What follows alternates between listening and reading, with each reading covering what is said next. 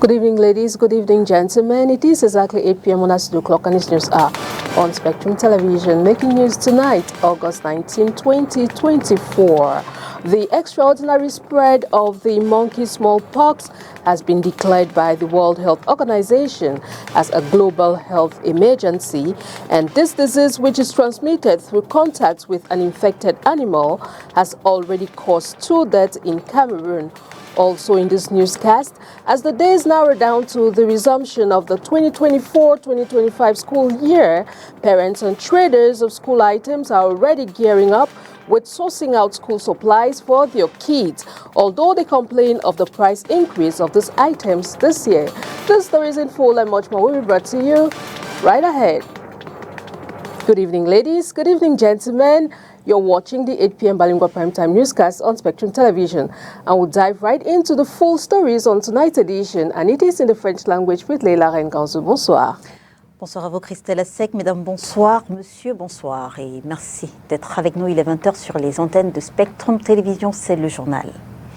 Affaire Martinez-Zogo, le tribunal militaire de Yaoundé dessaisit l'État du Cameroun comme partie civile à ce procès. La décision a été prise au terme d'une audience qui aura duré presque une journée. Le compte rendu d'Olivier Bouzique. DGRE constitué comme partie civile à ce procès, le tribunal militaire s'est enfin prononcé. Lorsque la DGRE vient dans ce dossier comme partie civile, c'est-à-dire comme si elle était la victime, pour nous, cela ne pouvait pas se concevoir. Il s'agit des agents de la DGRE auxquels on reproche certains faits.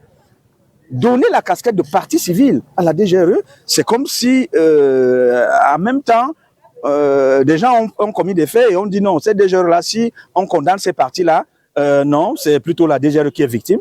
Attention, on a tué un individu. Aujourd'hui, nous sommes satisfaits de savoir que le tribunal a pris en compte nos arguments que nous avons soulevés depuis avril pour estimer que l'État ne pouvait pas avoir cette double casquette dans ce procès.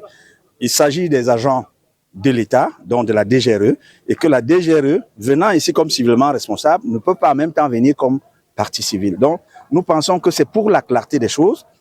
On va écouter tout le monde. Maintenant, le dossier est renvoyé pour l'ouverture des débats, pour que chacun puisse s'expliquer, qu'on dise à chaque personne ce qu'on lui reproche, et à ce moment-là, on pourra entendre les témoins et examiner les pièces qu'il y a dans ce dossier.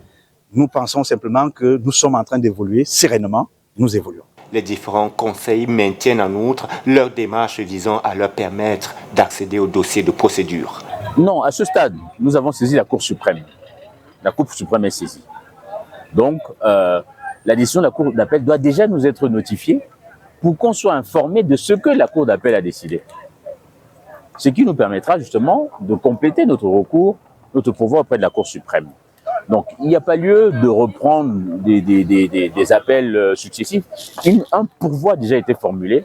Sur la base de ce pourvoi, le tribunal militaire n'a d'autre choix que de suspendre en attendant la décision de la Cour suprême. Donc voilà la position que nous avons aujourd'hui et que nous allons soutenir même à la prochaine audience. Nous ne lâcherons pas sur cette question-là parce qu'il est question des droits de la défense, des violations de la loi camerounaise qui est claire sur ces points-là. L'affaire a été renvoyée au 9 septembre prochain pour ouverture des débats. Les charges retenues contre les parties leur seront aussi notifiées. Économie à présent, le ministre de l'économie, de la planification et de l'aménagement du territoire a reçu en audience ce jour l'administrateur pour le Cameroun auprès de la Banque mondiale. Les 2 personnalités en ont profité pour passer en revue les différents projets engagés dans lesquels sont impliqués le Cameroun et son partenaire financier. Je vous propose d'écouter Abdoul Salam Bello. Il est l'administrateur pour le Cameroun auprès de la Banque mondiale et il s'exprime au micro d'Olivier Bouzique. Je suis là dans le cadre d'une mission de travail. Je suis l'administrateur, j'ai l'honneur de représenter le Cameroun au conseil d'administration du groupe de la Banque mondiale. Donc ce matin, j'ai eu l'honneur et le privilège de rencontrer son Excellence, Monsieur le ministre Alamine Mey. Nous avons eu l'occasion justement donc, de faire le point sur l'état de la coopération entre le groupe de la Banque mondiale et le Cameroun sur un certain nombre d'enjeux. Comme vous le savez, le conseil d'administration vient d'approuver le cadre de partenariat pays entre le Cameroun et le groupe de la Banque mondiale. C'est un rapport qui a été approuvé à l'unanimité du conseil d'administration avec beaucoup d'encouragement, de félicitations aux autorités camerounaises sur la qualité de cet engagement. Donc il s'était agi pour nous ce matin de discuter sur ce cadre de partenariat, comment s'assurer de sa mise en œuvre efficace et effective, mais aussi de l'ensemble des enjeux qui concernent l'agenda de développement aussi bien du groupe de la Banque mondiale, mais à l'échelle globale. Nous avons discuté notamment sur la mobilisation des ressources en faveur de notre pays. Donc c'est un instrument qu'on appelle l'IDA.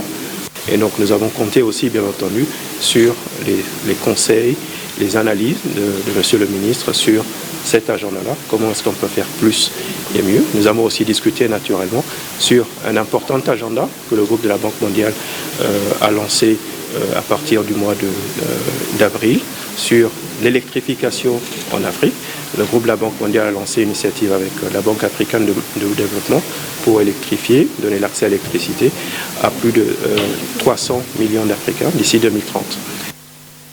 We now talk education in this newscast as the days narrow down to the start of the new school year. Parents and traders are already sorting out items for their kids for the school year, although they all complain of the price increase experienced in the market this year. Our reporter invites us to the Munya market in Boya, southwest region of Cameroon, and files in the following report. As the 2024-2025 school year resumption draws closer, the prices of school materials such as school bags, lunch boxes, water bottles, and other didactic materials sold at the Munya market in Boya, southwest region of Cameroon, is experiencing a price increase this year. Parents and vendors complain. The prices this year, they are to keep. Very, very expensive. Everything is expensive. The books, the bags, the pen, in short, everything concerning school is very, very, very expensive. The parents are not yet started buying because they discovered that the request of the staff that increased. Last year was a little bit cheaper. This year, because of the prices, so the parents are still there looking to see if the books will drop down. So we are still managing, we are still going up and down, trying to pick one or two customers. Meanwhile, again, we can come and stay the whole day without selling. So it's really expensive, but buyers are not really responding to the price because the price has increased. So when they come, they always only want to buy it at a low price. So it's causing the business, making the business to be slow. Despite the availability of the school stationeries, the profit made from each item has dropped drastically, the vendors say. now, instead for us to have about, like, for example, we have 100 francs, now we are having the 50 francs. So that is why things are still like things are still business is not moving. However, several reasons have been made to justify this price increase. Because I'm sure maybe the way they tax the industry are the reasons why the prices to increase. Because if you increase tax, normally they will increase the prices of that. So they should help us reduce the tax. For the vendors of school uniform fabrics, they also face challenges. It's a slight change. Change is there as compared last year. Oh, they go buy for bulk. Every day they add with the price. We will not get choice. We must see so pleased with customers. As declared by the Ministers of Basic and Secondary Education, schools will open their doors this academic year on Monday, September 9 at 7:30 a.m., giving parents some time to go on with the back-to-school preparations. Santé à présent. À cause de son extraordinaire propagation, la variole du singe est déclarée urgence sanitaire mondiale par l'Organisation mondiale de la santé. La maladie qui se transmet par contact avec un animal infecté ou alors à travers des lésions cutanées a déjà fait 2 décès au Cameroun pour 30 cas déclarés depuis le début de cette année. Inès Pangan vous donne plus de détails. Elle est dite urgence de santé publique de portée continentale. Après la RDC, la République centrafricaine, le Nigeria, le Burundi, le Rwanda ou encore le Kenya, le virus de la variole du singe est au Cameroun. Déjà 30 cas suspects signalés depuis le début de cette année, 5 cas confirmés et 2 décès enregistrés dans les foyers actifs que sont les régions du sud-ouest et du nord-ouest. La fiche maladie de l'Organisation mondiale de la santé présente la variole du singe comme une forme atténuée de la variole humaine. Déclarée urgence sanitaire mondiale par cette institution, suite à sa propagation extraordinaire, c'est une maladie qui se transmet soit par contact direct avec des animaux infectés, soit par contact avec des lésions cutanées ou des fluides biologiques, soit de façon indirecte via des matériaux contaminés comme la literie ou les surfaces. Les symptômes peuvent être visibles après la période d'incubation de 12 jours. Généralement, ce sont des courbatures, des céphalées, la fatigue, des éruptions cutanées qui atteignent principalement la paume des mains et la plante des pieds. Le lavage des mains à l'eau coulante et au savon est recommandé après avoir été en contact avec un malade ou avec un animal. Éviter le contact avec des animaux sauvages ou trouvés morts. Consommer des aliments lavés, bien cuits et chauds et se rendre dans une formation sanitaire à l'apparition des premiers symptômes pour une prise en charge gratuite au Cameroun. Les images sont choquantes, vous avez pu le constater. Alors que les autorités sanitaires alertent sur cette urgence médicale, force est de constater que de nombreux Camerounais ne connaissent pas la variole du singe. Je vous propose d'écouter quelques doualets au micro de Landry Ossa. Connaissez-vous la variole du singe, la maladie appelée variole du singe? Jamais entendu parler. Jamais entendu parler? Jamais. Enfin, je n'ai pas entendu parler de la variole du singe. Je n'ai pas entendu. Vous savez pas ce que c'est? Je ne sais pas ce que ça signifie. J'ai déjà entendu parler, et plus précisément en France, et ça a fait je pourrais dire la une au niveau de la France, au niveau de l'île de France, puisque moi je suis plus des informations.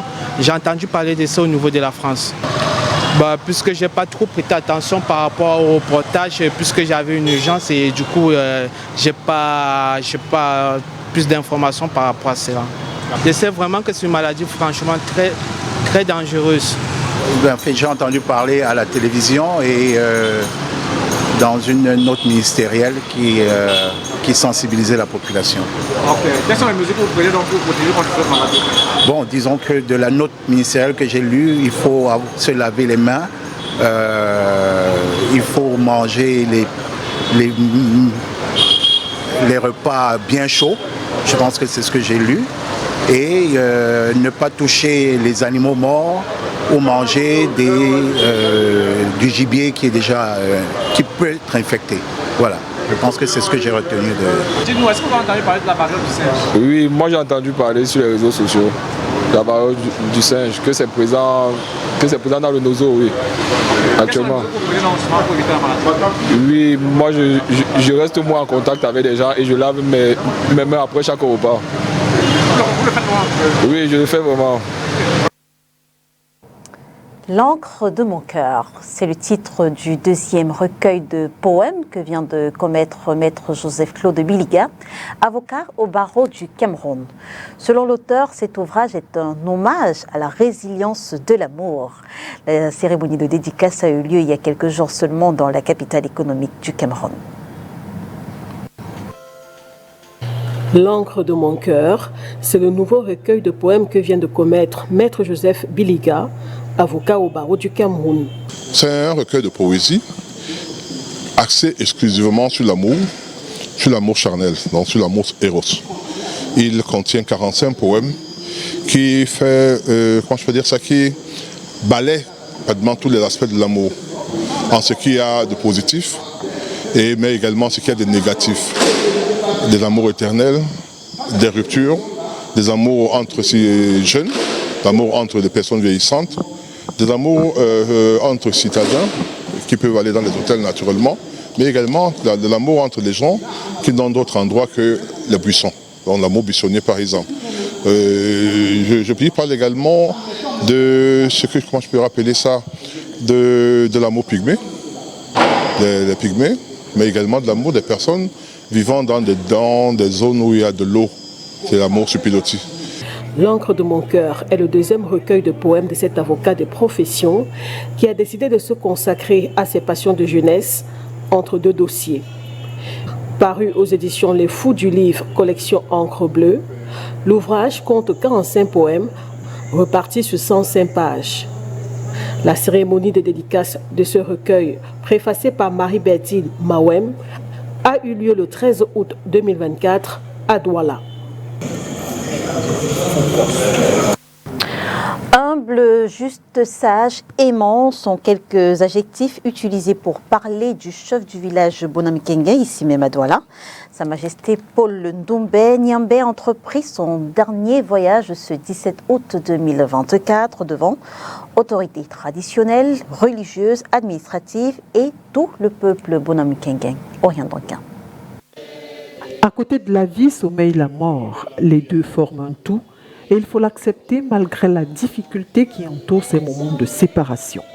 Ce qui reste, ce sont des souvenirs. Ne dérangez pas. Bonamikenge, tout Bonamikenge l'aimait. Donc il n'avait pas de problème. Un monsieur très sympa, très sérieux, toute la famille l'aimait. Et quand tu viens vers lui pour un sujet bien précis, il t'écoute et quand il t'écoute, il essaie de résoudre ton problème d'une manière pacifique et dans la justice. Lors de la commémoration des 10 ans de mon père, en mai 2023, je garde le souvenir de quelqu'un de très bienveillant envers ses prochains, envers son peuple, envers sa communauté. Il était très humble et j'aimais le taquiner parce que comme ils sont des vrais jumeaux, chaque fois quand je le voyais, bonjour Djania, mais toi-même dis-moi maintenant, c'est toi Djania ou le frère. Et il m'a dit, la fille de Bonobon, pour me reconnaître, j'ai quelque chose, la cicatrice ici. À n'importe quel moment, quand on avait besoin, on pouvait arriver vers lui et il était toujours de bons conseils. Mais aujourd'hui, on est très très ému et très très attristé par son départ, mais c'est aussi ça la vie. Sa Majesté Paul Ndoumbe Nyambe, le chef du village Bonamikenge, est allé en voyage. Ce qui se conçoit bien s'énonce clairement et les mots pour le dire. J'ai ainsi résumé la vie de Sa Majesté. Pourquoi? Parce que Majesté Ekoussé a bien conçu sa vie. Il a bien conçu son départ. C'est pourquoi les uns et les autres, tous ceux-là qui m'ont précédé ici, peuvent parler aisément. Vous avez bien conçu votre départ. Et la preuve, c'est que tout se passe bien. Même le climat que nous savons un peu très capricieux ces derniers temps dans la ville de Douala vous honore. Majesté, merci pour votre œuvre. C'est l'occasion pour nous de saluer tout ce que vous avez fait en tant qu'auxiliaire de l'administration et en tant que chef traditionnel. Le chef supérieur du canton Akwa, les autorités traditionnelles, religieuses, administratives et tout le peuple Bonamikenge l'ont accompagné à sa dernière demeure dans le respect des traditions.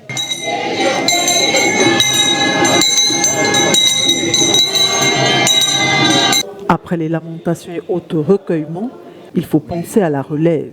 Le roi est mort, vive le roi.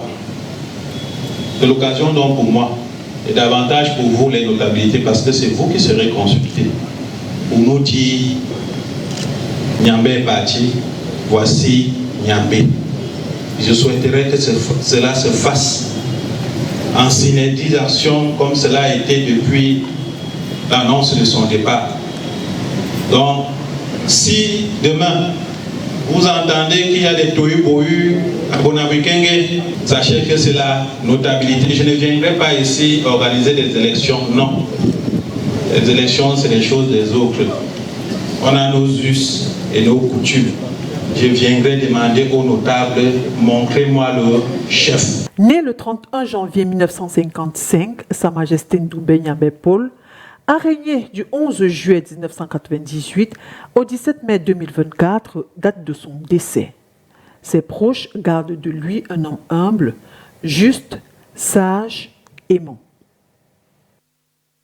Some bosses might want all your workers back in the office, but a clear majority of US workers crave the flexibility of remote hybrid jobs, and some studies have it that if such jobs are well managed, the company will not harm its company's culture or capability of innovating. Let's get more details with our VOA partners. Remote work has become the new norm. But despite studies showing remote work can increase productivity, some companies and organizations are introducing monitoring software to make sure their employees are working. It's called Bossware, and it can track keyboard usage and eye movement, take screenshots of employees' screens, and register websites visited. Jared Brown is the CEO of HubStuff, a company that makes Bossware. He says that about 4 to 8% of employees who work remotely use software that can imitate active work. HubStuff looks at several factors, including mouse activity, keyboard activity, and that is really not what you're typing on the keyboard, but are you typing on it? So pressing any key, it doesn't record which key it is. Maybe there's a script that's opening the same tabs in a browser, every 30 minutes. And it can detect that sort of thing. But this kind of surveillance may have a negative effect. In a survey of more than 2,000 professionals by the job review site Glassdoor, just over 40% said they feel less productive when their employer monitors their work devices. Human resources and recruiting expert Stephanie Alston says that flexible working schedules have led to increased productivity among employees, and that monitoring software decreases employee satisfaction. If we begin to start seeing across the board that companies are implementing these employee monitoring softwares, I can guarantee you that we will begin to see a mass exodus of employees. As I mentioned earlier, there is data that shows that people actually overwork when they're working from home. Anita Williams-Woolley, an organizational behavior professor at Carnegie Mellon University, cites the example of the US Patent Office, which introduced employee monitoring in 2015. Despite an increase in productivity, staff turnover tripled because employees didn't want to work under extreme supervision. As a result, the agency lost some of its top talent. There's quite a bit of research showing that creativity and insight are facilitated by people having breaks at regular intervals, or shifting maybe and doing something else, or having an interaction with a colleague and then coming back to a problem. And so the traditional monitoring approaches might actually backfire. But just like working from home, Bossware may be here to stay.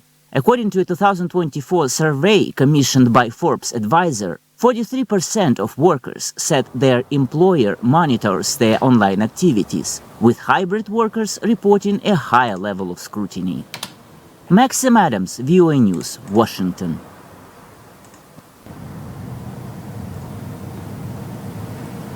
Sport football. À quelques jours de la rencontre Cameroun-Namibie, comptant pour les éliminatoires de la Coupe d'Afrique des Nations 2025, c'est un nouveau mélodrame qui agite l'environnement des Lions indomptables. Cette fois, c'est une interview attribuée à l'entraîneur-sélectionneur Marc Brice qui agite et suscite de vives polémiques, aussi bien sur la toile qu'au sein du milieu sportif. Reportage Makedali Tinochom. À l'approche des éliminatoires de la Coupe d'Afrique des Nations de football 2025, c'est un nouveau vent qui secoue une fois de plus l'environnement de l'équipe nationale de football du Cameroun. Depuis le week-end dernier, une interview attribuée au sélectionneur Marc Brice suscite une vive polémique au sein du milieu sportif. Dans cette interview dont l'authenticité reste à prouver, le technicien belge tacle violemment le président de la Fédération camerounaise de football. Marc Brice estimerait par exemple que le président Samuel Eto'o-Fils a une équipe de réseaux sociaux autour de lui. Mais 80% des informations qu'ils annoncent sont erronées.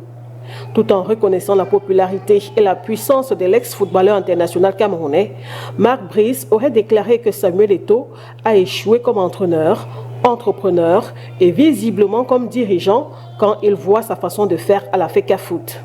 Dans la foulée, l'ancien sélectionneur des Lions indomptables Rigobert Song aurait été qualifié de girouette par Marc Brice. Selon celui-ci, Rigobert Song n'avait pas son mot à dire.